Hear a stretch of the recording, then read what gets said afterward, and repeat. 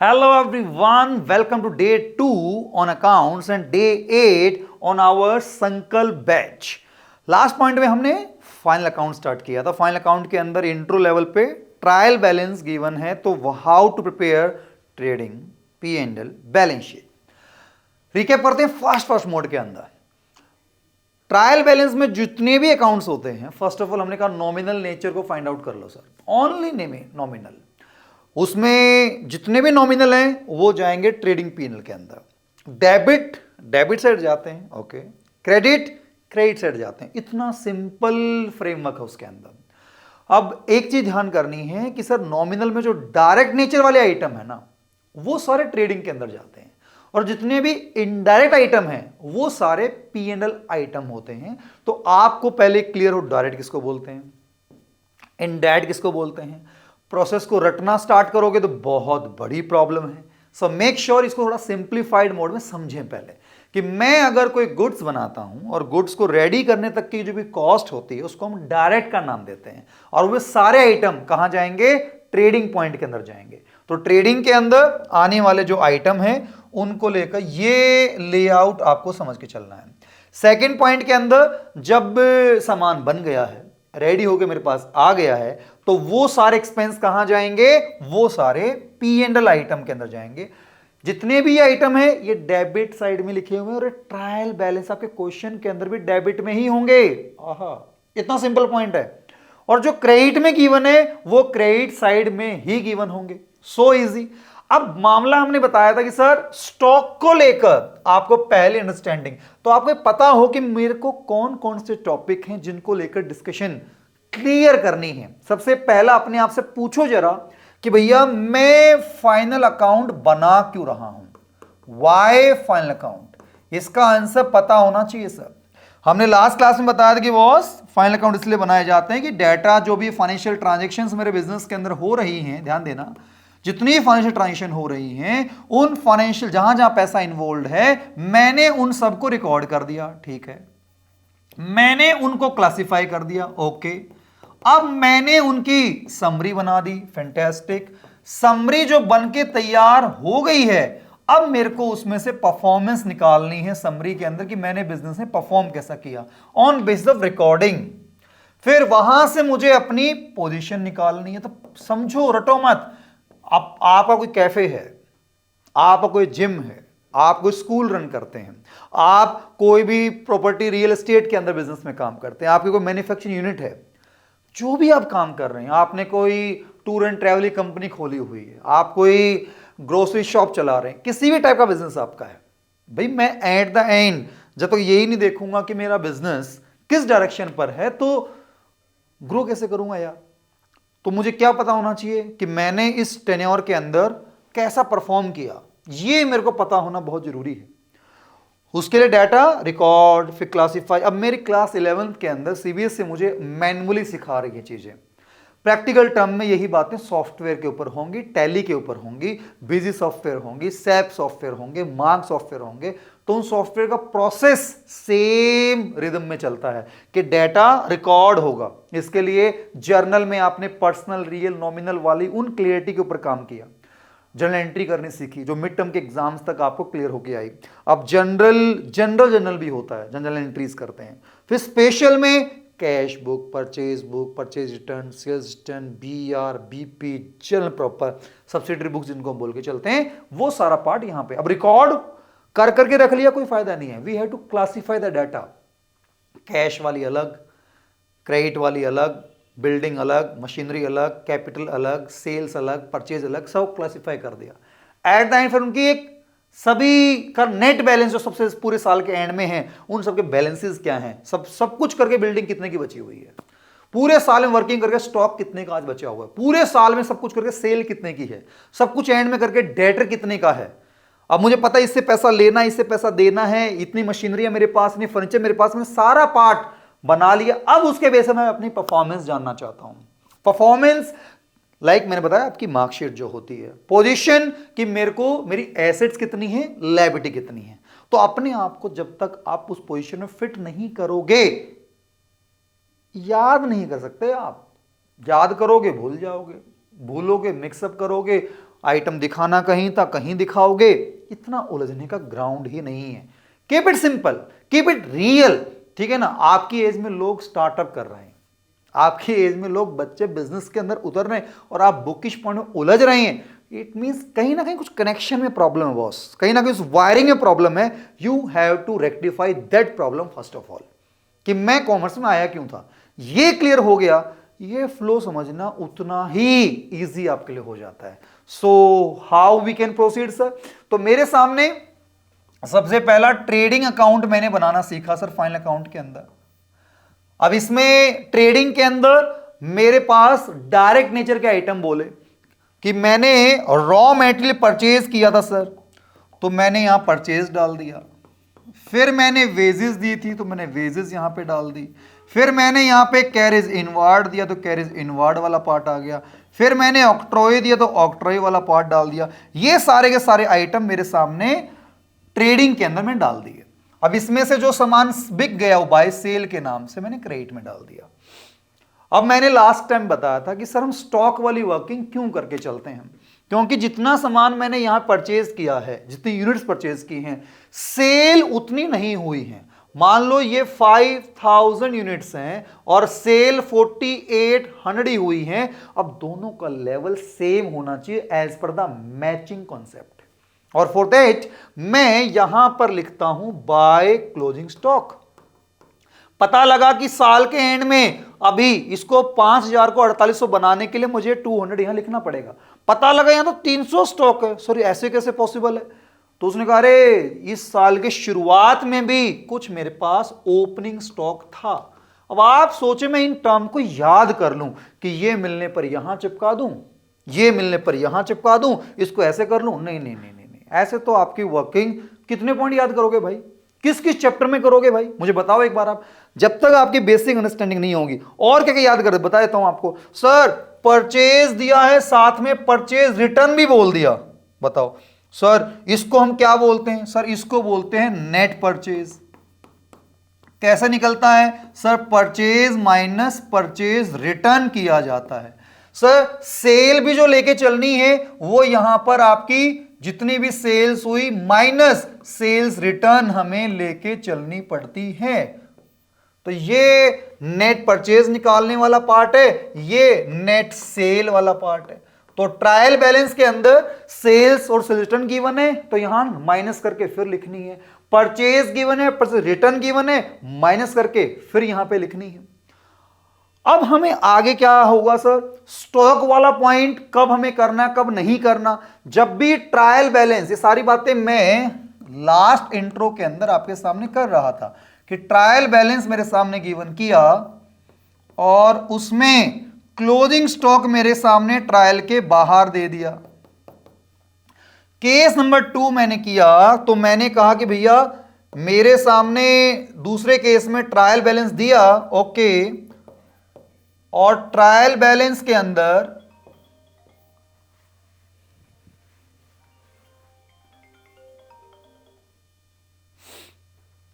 Closing stock trial के अंदर दे दिया।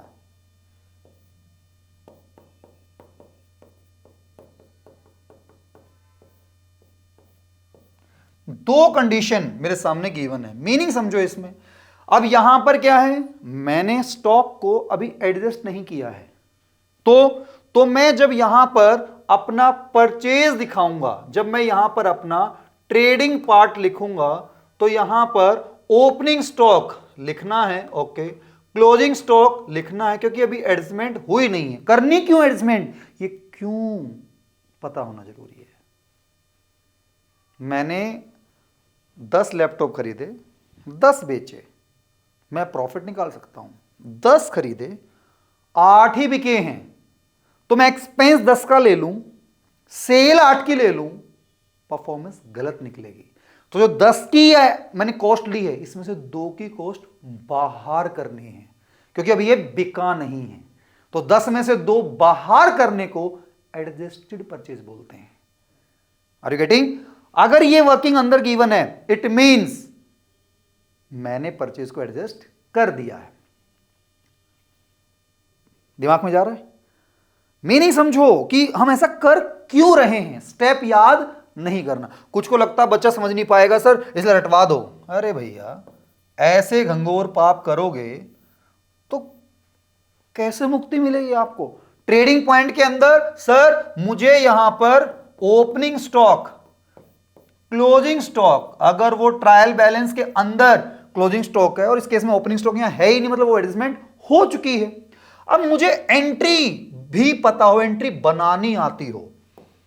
अब मैं एंट्री बनाने को लेकर चाहता हूं कि आपको एंट्री अगर याद करनी पड़ रही है तो आप गलत ट्रैक पे हैं। स्टॉक ट्रायल के बाहर है, स्टॉक मैंने अभी रिकॉर्ड नहीं किया है, एडजस्ट नहीं किया है। करते हैं सर। स्टॉक क्या है? एसेट। एसेट के बैलेंस क्या होते हैं? डेबिट। तो मैं अगर अब इसकी वर्किंग करूंगा तो स्टॉक को करूंगा डेबिट, क्रेडिट किसको करूंगा? Trading account. और यहां भी क्या कर रखा मैंने? ट्रेडिंग को क्रेडिट ही तो कर रखा है। इस केस में मेरे सामने स्टॉक ट्रेडिंग में नहीं आएगा, अंदर पहले एडजस्ट हो रखा होगा। यहां पे कोई एंट्री पूछे कि स्टॉक को क्लोज करने, स्टॉक को एडजस्ट करने की एंट्री क्या बनी होगी? सर मैंने यहां पे एंट्री लिखी होगी, स्टॉक तो डेबिट यहां भी हुआ है, स्टॉक डेबिट यहां भी हुआ है, बट यहां पर परचेज को क्रेडिट में कर रहा हूं। तो इसका मतलब मेरा परचेज ऑलरेडी एडजस्ट हो चुका है। तो इस केस में सिर्फ मैं यहां पे परचेज लिखूंगा, स्टॉक नहीं लिखने वाला, क्योंकि वो ऑलरेडी एडजस्ट होके आया है। यहां पे मैं परचेज लिखूंगा लेकिन स्टॉक भी लिखूंगा क्योंकि परचेज को भी एडजस्ट नहीं किया है। एंट्री मेरे पास इस तरीके से बनती है। अब कई बार ना क्लोजिंग एंट्री बच्चा याद करके घूमता है, क्या कि सर ट्रायल बैलेंस के अंदर मेरे सामने परचेज गिवन है 50,000 की, ठीक है सर। मैं उसको इतने सारे क्वेश्चंस में बार बार ट्रेडिंग अकाउंट के अंदर डेबिट में लिखता आ रहा हूं परचेज 50,000। सर एग्जामिनर ने ना जर्नल एंट्री पूछ ली, ओ माय गॉड, आपको क्या लग रहा है सर एंट्री कैसे बनेगी? सामने लिखी हुई एंट्री, मतलब यही तो कर रहे हो तुम, क्या ट्रेडिंग को डेबिट कर रहे हो, परचेज को क्रेडिट कर रहे हो। एंट्री क्या बन गई? Trading debit to purchase. So simple. Purchase का बैलेंस क्या था? डेबिट। उसको क्लोज कर रहे हैं, नॉमिनल अकाउंट्स को क्लोज किया जाता है, खत्म किया जाता है साल के एंड में। वो एक 12 महीने के लिए होते हैं बस। बिल्डिंग है आगे तक रहेगी, लंबे टाइम तक। मशीनरी है लंबे टाइम तक रहेगी। Are you getting? जितने भी purchase, sale, rent, salary, repair, जितने भी नॉमिनल हैं उनको क्लोज किया जाता है। तो जितने भी डेबिट वाले आइटम हैं क्लोज करने के लिए क्या कर दिया? क्रेडिट कर दिया। अब ऐसे ही यहां पर दे दिया फॉर एग्जांपल इंटरेस्ट, और ये लिखा हुआ है 5,000। सर क्लोज करो। सर क्रेडिट आइटम है, क्रेडिट में लिखते हैं, और ये इनडायरेक्ट आइटम है, तो मैं कहां डालता हूं उसको? P&L के क्रेडिट साइड में इंटरेस्ट लिखता हूं 5,000। सर इसको दिखा के जर्नल एंट्री पूछ ली मेरे से, वेरी गुड। तो मैंने क्या किया? सर ये क्रेडिट है, खत्म करने के लिए क्या कर दूंगा? डेबिट कर दूंगा। और क्रेडिट किस में किया? P&L में किया। तू अब इसको याद करने की कोशिश करेगा, बेटा कंफ्यूज तो होना, तेरा कंफर्म्ड है। दुनिया की कोई भी ताकत आपके लिए चैप्टर सिंप्लीफाइड, सिलेबस सिंप्लीफाइड नहीं बना सकती at any cost. Any cost मतलब एनी कॉस्ट।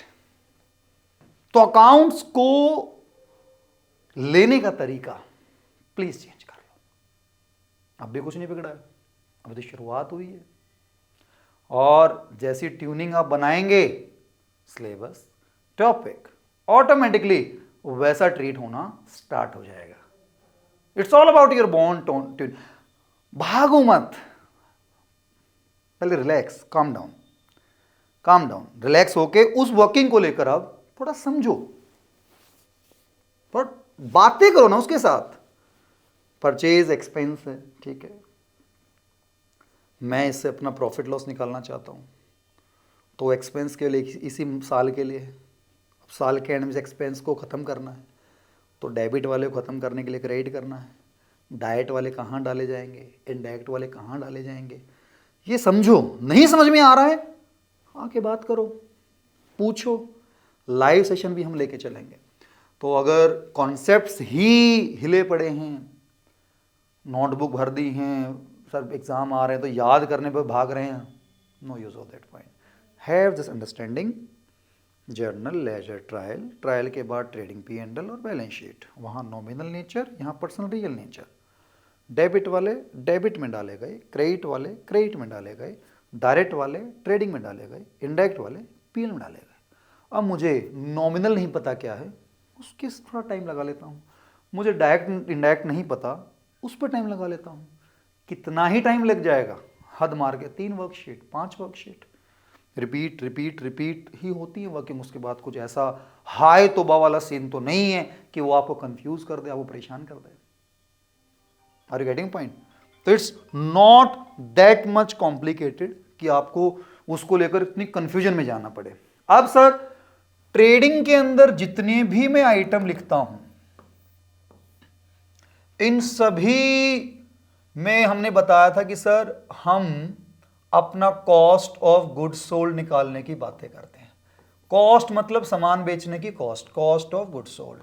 तो सेल में से अगर मैं प्रॉफिट लेस करता हूं तो भी कॉस्ट ऑफ गुड्स सोल्ड आ गया। दूसरा, सर मैं ओपनिंग स्टॉक साल की शुरुआत में कितना था, मैंने कितना सामान और खरीदा, मैंने डायरेक्ट एक्सपेंस जो भी किए, वेजेस किए, कैरेज इनवर्ड किया, ऑक्ट्रॉय ड्यूटी दी, उसमें से मैंने क्लोजिंग स्टॉक जो था जो बचा हुआ है वो बाहर कर दिया। ये सारी वर्किंग मैंने की तो मैं क्या निकल गया, कॉस्ट ऑफ गुड्स सोल्ड आ गया। वो कहां आता है, ट्रेडिंग के अंदर, opening stock, purchases, wages, this. अब जो मैं P&L बनाता हूं, थोड़ा ध्यान देना, बहुत काम का कंटेंट है। जो मैं P&L बनाता हूं, उस P&L के अंदर कुछ एक्सपेंस यहां पे जो हम लिखते हैं वो ऐसे हैं जो बिजनेस के ऑपरेशन से बिलोंग करते हैं, कुछ ऐसे हैं जो बिजनेस से बिलोंग नहीं करते, नॉन ऑपरेशंस की बात हम करते हैं। सर ऑपरेशंस मतलब रूटीन काम, सैलरी दी है, स्टाफ बिजनेस के लिए काम करेगा, मैंने रिपेयर करवाई है, मैंने एडवर्टीजमेंट करवाई है, these all are the business expense. लेकिन नॉन ऑपरेशंस की बात करें, लाइक बिल्डिंग बेचने पर लॉस हो गया, बिल्डिंग बेचना मेरा ऑपरेशन है। आप हल्दीराम का एग्जांपल ले, हल्दीराम कह रहा है बिल्डिंग बेचकर लॉस हुआ, क्या उसका बिल्डिंग बेचना खरीदना ऑपरेशन है, रूटीन काम है, डेली का काम है? Just ask from yourself, are you getting point? Same यहां पर आपने अपनी कुछ इनकम लिखनी है तो कुछ आइटम यहां पर हैं जो आपके ऑपरेशन से बिलोंग करते हैं, कुछ ऐसे हैं जो ऑपरेशन से बिलोंग नहीं करते हैं। Same interest on investment, sir मैंने कहीं इन्वेस्ट किया, पैसा, उससे इंटरेस्ट मिला, मेरा बिजनेस का मेन काम थोड़ी इन्वेस्टमेंट करना। अगर ऐसा है तो मैं म्यूचुअल फंड चलाता हूं, मैं फाइनेंशियल इंस्टीट्यूशन चलाता हूं, वहां रोल प्ले कर रहा है। Are you connecting my point? Profit on sale of machinery, furniture, उससे होने वाला जो प्रॉफिट है मैंने क्रेडिट में लिखा हुआ है, but that is not related to routine activity. Are you connecting my point? तो वो क्या है सर, नॉन ऑपरेटिंग एक्टिविटी है। तो मेरे से एग्जामिनर पूछता है कि ऑपरेटिंग प्रॉफिट बताओ क्या होगा, तो सर जो मैं यहां तक ट्रेडिंग तक निकालता हूं ग्रॉस प्रॉफिट, अब उसमें आगे अगर ऑपरेटिंग इनकम ऐड कर दूं और ऑपरेटिंग एक्सपेंस लेस कर दूं तो मेरे को यहां पर ऑपरेटिंग प्रॉफिट पता लग जाएगा। ठीक है सर, लेकिन अगर मेरा जो आइटम आया सर उसने पहले ही मेरे को यहां पे नेट प्रॉफिट निकाल के दे दिया, ठीक है, तो नेट प्रॉफिट में से अगर मैं नॉन ऑपरेटिंग इनकम बाहर कर दूं और नॉन ऑपरेटिंग एक्सपेंस बाहर कर दूं, क्योंकि उसने पहले सब कुछ ट्रीट कर दिया है तो एक्सपेंस लेस कर दिए थे, इनकम जोड़ दी थी तो उसको हटाने के लिए मैंने इनको लेस कर दिया और इसको ऐड कर दिया, तो मैं यहां पर पहुंच जाऊंगा ऑपरेटिंग प्रॉफिट। कई बार पूछ लेता है कि भैया ऑपरेटिंग कॉस्ट बताओ, तो ऑपरेटिंग कॉस्ट मतलब जो कॉस्ट ऑफ गुड्स सोल्ड है, जो सामान बनाने में ट्रेडिंग पे यूज हुई, उसमें मैं बाकी के जो ऑपरेटिंग एक्सपेंस है उनको ऐड कर देता हूं। ये सारे लेआउट चैप्टर 1 जो है फंड स्टेटमेंट में वहां रोल प्ले करेंगे। आगे फिर आएंगे sir adjustments, prepaid, outstanding, accrued, ठीक है ना, उनको लेकर तब बढ़ने का फायदा है जब इस पे आपकी चैप्टर के सारे क्वेश्चन कंप्लीट हो जाएं। तो आपसे रिक्वेस्ट है कि फाइनल स्टेटमेंट पार्ट 1 के कंप्लीट क्वेश्चन लगाइए और मेरे पास उसकी पीडीएफ शेयर कीजिए। नंबर मैं आपको दे रहा हूं और इस नंबर पे आप जब भेजेंगे तो अपने डाउट भी डाल दो कि सर इसका आंसर नहीं आ रहा है, यहां वर्किंग कंफ्यूजन में है, तो उस टॉपिक को लेकर थोड़ा हम कॉन्सेप्ट वाइज डिटेल में कवर अप कर लें। आई होप आज के डिस्कशन के अंदर पूरा रिकैप हो गया होगा और अब क्वेश्चंस करेंगे हम थोड़े से एडजस्टमेंट वाले, लेकिन पहले ये बैकअप करना जरूरी था। Stay tuned, thank you very much, all the best.